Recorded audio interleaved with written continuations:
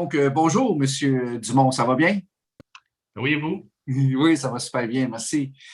Monsieur Dumont, après ma part, merci d'avoir accepté notre invitation pour participer à la troisième édition de notre revue Le ciel peut attendre. C'est vraiment très apprécié que vous avez réussi à prendre un peu de temps là, dans votre horaire relativement très chargé. C'est très apprécié. Merci beaucoup. Merci de l'invitation. Je pense que euh, toute initiative là, pour donner de l'information au public, puis un peu là, faire un peu d'éducation au public, Mm. ça fait partie là, des éléments dans lesquels Victor Bellico veut s'impliquer puis jouer un certain rôle. Fait que j'ai trouvé très intéressant l'invitation et je vous en remercie. Ben, excellent. Notre objectif, c'est vraiment de démystifier le domaine funéraire. Monsieur Dumont, pour débuter, l'année 2015 représente quand même votre arrivée au sein de l'entreprise Victo Co. Et Mhm. puis quand même la quatrième génération de la famille Dumont au sein de l'entreprise. Oui, c'est ça. L'année 2015 est une année de changement pour moi. Ouais. J'étais à l'époque à l'emploi d'un bureau de comptable. J'avais dans l'idée de rester 4-5 ans à peu près là, puis de continuer à travailler euh, là-bas pour prendre de l'expérience un petit peu plus. Puis, durant des soupers familiales, j'entendais mon père parler des défis qu'il y avait actuellement, puis de l'expansion qui était en cours aux États-Unis. Euh, Puis ça m'a tout de suite interpellé. Puis là, je me suis dit, tu sais, pas pourquoi est-ce que je perds mon temps, mais pourquoi est-ce que je continue dans un bureau comptable alors que je pourrais apprendre les rouages de l'entreprise, mieux la connaître, puis vraiment là, partir au bas de l'échelle dans l'entreprise Ouais. familiale euh, pour un jour là, prendre la relève. Quand j'ai commencé en 2015, j'ai commencé dans le département de comptabilité comme analyste financier. OK. Je me suis mis des, Vous êtes comptable professionnel agréé. Oui, c'est ça. Donc, communément appelé CPA. Donc, votre père est présentement Alain Dumont, Oui, Dumont, le président de l'entreprise, et vous, vous êtes vice-président. oui, c'est ça. Mon père est encore président et très actif. Euh, Très actif. je Oui, dirais, il est loin d'être dans un mode de semi-retraite, là. exactement. Puis moi, je suis vice-président à vente, développement des affaires. Donc, je m'occupe OK. des équipes de vente, des équipes de service à la clientèle, distribution, donc de nos entrepôts jusqu'aux maisons funéraires, en fait. Ouais. Je travaille en collaboration avec ma mère au niveau du marketing. Si vous me permettez, parlez-moi un peu de l'histoire de cette entreprise-là qui, quand même, a vu le jour en 1907, donc plus de 114 années d'histoire ici au Québec. Oui, c'est ça. Ça a commencé dans ces années-là par un moulin à scie. OK. Donc, les premières années, moulin à scie. Ensuite, on s'est mis à fabriquer des coffres. Euh, donc, on a un petit peu diversifié, là. On s'est allé plus vers pas le meuble, mais vraiment les coffres. Puis, un petit peu avant la Deuxième Guerre mondiale, ils ont eu l'idée de faire des cercueils. À OK. cause de la guerre, ils n'ont pas pu commencer parce que les tissus et certains matériaux étaient redirigés vers les besoins de l'armée à cette époque-là. OK. Donc, il n'y avait pas de tissu disponible sur le marché pour commencer à produire. Donc, le projet a été retardé quelques années. Puis, en 1948, c'est vraiment cette année-là qu'on s'est dédié à 100% au marché funéraire en fabriquant des cercueils. À l'époque, le, le fondateur, J. Adélard, euh, avait intégré dans l'entreprise là, mon grand-père. Puis, bon, il y a eu disons, des histoires familiales. Là, il y a une partie de la famille qui était à Drummondville, l'autre partie de la famille qui était à Victoriaville. Mon grand-père travaillait pour les deux entreprises. OK. On parle ici de Cercueil South Durham, puis Cercueil Victoriaville. Là, il y avait Ouais. deux entreprises de cercueil dans la famille. Puis, éventuellement, mon grand-père a repris la direction là, de Cercueil Victoriaville. Puis a amené l'entreprise à un niveau plus national. Donc, sous mon Partout au grand-père, Canada. ouais, c'est ça. Sous mon grand-père, on a fait une acquisition en Ontario. Donc, l'entrepôt qu'on a présentement à Mount Forest. Euh, OK. donc, avant cela, dans une autre bâtisse, il y avait une usine de cercueil là-bas. Euh, donc, ça, c'est mon grand-père qui a fait cette acquisition-là, puis qui a bâti un petit peu là, le réseau plus Mm. canadien. Mm. C'est aussi avec mon grand-père là, qu'on a commencé à travailler avec les Américains. OK. Donc, la première percée vers les États-Unis, Ouais, c'est ça. c'est toujours sous l'égide de votre grand-père. Ouais, c'est ça. Puis, mon père, ensuite, en 90, il me semble, je ne veux pas dire n'importe quoi, comme date, je ne suis pas certain de l'année, mais mon père était à l'époque en emploi dans le bureau comptable où moi, j'ai été chez Pellerin Potvin. Ah, Donc, OK. mon père était le bras droit d'Yvon Pellerin à l'époque, puis était là, le leader dans plusieurs des dossiers là, chez Pellerin Potvin Gagnon. Juste avant Est-ce que votre l'étape, grand-père était comptable également? hmm, Ou- mon grand-père, non, n'était pas, était pas OK. CPA. Mon grand-père a travaillé à la RBC à l'époque, avant, mais n'avait pas fait son CA. Il est arrivé en faisant l'acquisition des actifs d'une entreprise qui avait déclaré faillite pas longtemps avant, qui était OK. Cercueil Atlas, OK. qui a appartenu à la famille Boulanger à OK. l'époque. Donc, mon père fait l'acquisition des actifs, puis euh, ils ont à l'époque la vision de s'étendre aux États-Unis, puis de desservir mieux le marché canadien. Donc, les gammes se complémentent. Mon grand-père s'était spécialisé dans le plus haut de gamme, puis OK. euh, mon père, lui, avait réinvesti là, pour vraiment mettre sur pied une gamme complémentaire là, de cercueils un petit peu plus. Il y avait plus de peupliers là, qui se fabriquaient à l'époque. OK. Donc, Donc, pour atteindre un marché plus grand, en ouvrant pas seulement le haut de gamme, mais le moyen de gamme, ou pour monsieur c'est et ça. madame tout le monde. Ouais, c'est ça. OK. Mon père a amené l'entreprise à un tout autre niveau par la suite. Ouais. On s'est mis à distribuer nos produits, là, pas seulement qu'en Amérique du Nord, mais aussi en Europe, en Russie, en Australie. La direction de mon père, que l'entreprise a pris un virage, euh, on l'appelle une stratégie one-stop shop, donc de OK. diversification à même le domaine funéraire. Notamment, dans les dernières années, on a fait l'acquisition de la compagnie Manchester. Euh, Au niveau des fournitures funéraires, on s'est mis à distribuer nos propres urnes, les personnaliser. Mm. On a ensuite supporté là, la création d'une autre entreprise qui s'appelle Legacy Tribute à Boston. Ouais. Donc, on s'est implanté à Boston. Puis, on travaille toujours là, sur cette expansion-là aux États-Unis. Donc, Excellent. Vous avez mentionné souvent aujourd'hui le mot acquisition. Je ouais, crois que le processus d'acquisition a permis vraiment d'accélérer et de mettre des bonnes bases pour aller partout à l'international. ouais, définitivement, on a cru par acquisition. Ouais. Autant par acquisition que par croissance à l'interne, on a quand même une force de vente qui a fait un incroyable, remarquable dans les 15-20 dernières années pour nous donner une position de leader au Canada. Ouais. C'est un petit peu avec cette même stratégie-là qu'on veut Mm. s'attaquer au marché américain pour déployer là, un réseau de vente aussi professionnel.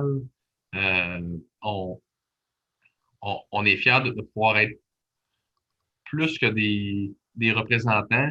Pour les directeurs de funérailles, on est des conseillers. Notre force de vente et Wow. avec l'expérience qu'ils ont, font plus que juste vendre des produits. Ben, aujourd'hui, en 2021, on parle de combien d'employés au total chez Victo Co? Ça varie à tous les jours. Le marché de l'emploi est pas évident, mais c'est tout juste en bas de 500 employés. Et votre équipe de vente est répartie un peu partout sur le territoire canadien, américain, ou tout se fait à partir de Victo via FaceTime ou peu importe? Non, on est répartis à travers donc notre réseau de vente, là, c'est 11 représentants dans l'Est canadien, donc Ontario, Québec-Maritime. OK. C'est 6 représentants dans le nord-est américain. OK. Donc, quand je parle de représentants, c'est vraiment des personnes qui sont à l'emploi de Victor Véléco. Oui. Et qui sont Euh, sur place, dans leur communauté, ouais, qui connaissent leur marché, leurs clients, hein, dans le fond. ouais, c'est ça. Donc, pour le marché du Québec, les maisons funéraires vont connaître les noms de Daniel Cyr, Yannick Bourdage. Puis le reste du marché, en fait, quand on regarde l'Ouest canadien, le reste des États-Unis, puis à, à l'international, ben là, on travaille avec des distributeurs. Vous avez mentionné, vous vous êtes diversifié beaucoup. Bon, tout a débuté avec des cercueils en bois, mais Mhm. maintenant, aujourd'hui, on va parler de cercueils en métal, vous avez parlé des urnes. Vous Ouais. avez également un partenariat avec une entreprise qui a passé à l'émission Dans l'œil du dragon. Oui, Laissez-moi rappelez-moi le nom, je l'ai un marqué cadeau du ici. ciel. Un cadeau du ciel, Donc, exactement. oui, Donc, votre offre est vraiment très diversifiée. oui. Parlez-moi un petit peu de cette diversification-là des types de produits que vous vendez maintenant. Donc, en fait, les types de produits qu'on vend maintenant, c'est tout ce qu'une maison funéraire a besoin pour opérer. Quand on parle d'un cadeau du ciel, c'est un projet un petit peu plus à long terme. On considère qu'on est un petit peu avant-gardiste euh, avec ce produit-là, parce que c'est une version humaine de l'assurance vie. En fait, c'est une assurance émotionnelle. C'est de livrer un, un message à nos proches Oui, après notre décès. oui, Donc, un cadeau du ciel assure la livraison de ce message-là sous forme de lettres, de vidéos, de messages audio à un moment prédéterminé là, avec le client qui aura préparé son message.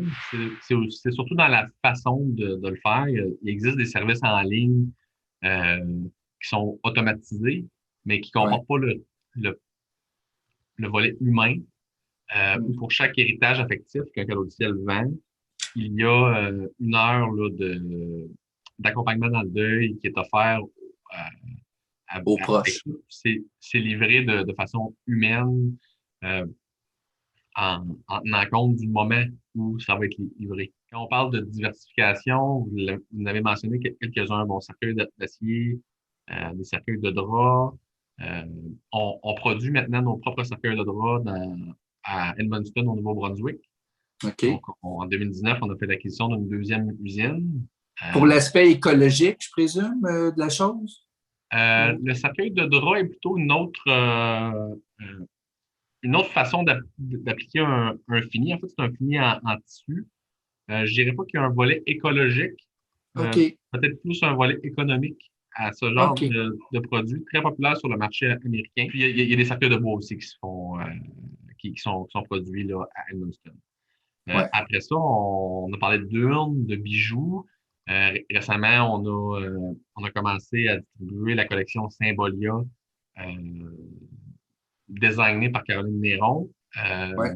à travers Victor Véléco. Puis, on a signé un partenariat, donc on a investi dans l'entreprise Eternity Touch, qui est basée à Ouais. Wallaceburg, en Ontario, OK. qui se spécialise dans les bijoux et reliquaires personnalisés à l'aide d'empreintes digitales, gravées au laser. C'est de plus en plus populaire. Mais en fait, même votre diversification vous amène à être des innovateurs aussi. Donc, c'est pas juste se diversifier pour se diversifier, c'est pour préparer le présent, pour améliorer l'avenir aussi. C'est ça. Donc, Ouais. c'est une belle vision d'entreprise. Donc, lorsqu'on parle là, de diversification, euh, on a établi une planification stratégique il y a déjà 3-4 ans, où on a mis de OK. l'avant un axe stratégique qui était composé des produits commémoratifs. Donc, d'augmenter nos ventes au niveau des produits commémoratifs. Euh, Puis, ce qu'on veut faire dans les prochaines années, c'est mettre la technologie de l'avant pour supporter euh, cette croissance-là dans notre groupe. Donc, un des éléments qu'on va faire, c'est qu'on va travailler avec de la technologie pour permettre aux familles de personnaliser des urnes, par exemple, euh, Ouais. directement en ligne, en suivant un lien qui leur a été envoyé par le directeur de funéraire pour personnaliser l'urne. Voir en temps réel, en 3D, le rendu de l'union. On va Ben oui. faire la même chose pour faciliter la vie à nos directeurs de funérailles pour placer des commandes sur notre Ouais. site web. Par exemple, avoir des commandes récurrentes pour les produits qu'ils commandent le plus souvent, puis de donner des avantages aux directeurs de funérailles qui vont placer Hmm. des commandes sur notre site web. Ouais. Récemment, on est en train de travailler sur un projet de mettre en place un tracking automatique. Donc, toutes les commandes qui sont pas livrées avec un de nos camions, qui est sur Ouais. une livraison régulière à chaque semaine, ou une fois ou deux, trois, ou à tous les jours, là, dépendamment des régions. Euh, Quand on envoie des colis par bureau letteur ou un service de Ouais. courrier, mais d'avoir le tracking qui est envoyé automatiquement, puis des updates qui sont envoyés aussi par la suite. Donc, ça fait partie de notre diversification, là, comment Ouais. mieux utiliser les technologies, puis comment on peut jouer un rôle là, dans le fait d'amener la technologie au directeur de funéraire. En fait, c'est une entreprise plus que centenaire qui est en train de se positionner pour être à l'avant-garde. C'est ça. Il faut toujours se questionner. Il Ouais. faut toujours essayer d'avoir des nouvelles idées. Puis je vous dirais, là, faut pas penser que c'est à cause de la quatrième génération qu'on a tous ces idées-là.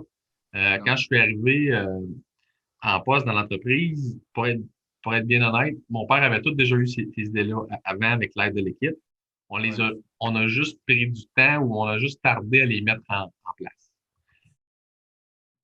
Mon père Alain est quelqu'un de très ouvert d'esprit, malgré qu'il n'a pas de compte Facebook. Il reconnaît l'importance de bien utiliser les réseaux sociaux, de bien utiliser la technologie, puis Ouais. vraiment là, encourage tous les gestionnaires de notre groupe à avoir des nouvelles idées, à les amener de l'avant, puis est très ouvert d'esprit là,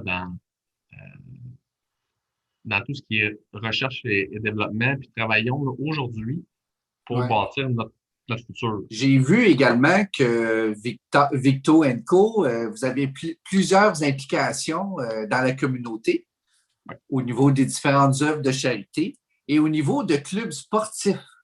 Oui, oui, Parlez-moi-en un peu. OK.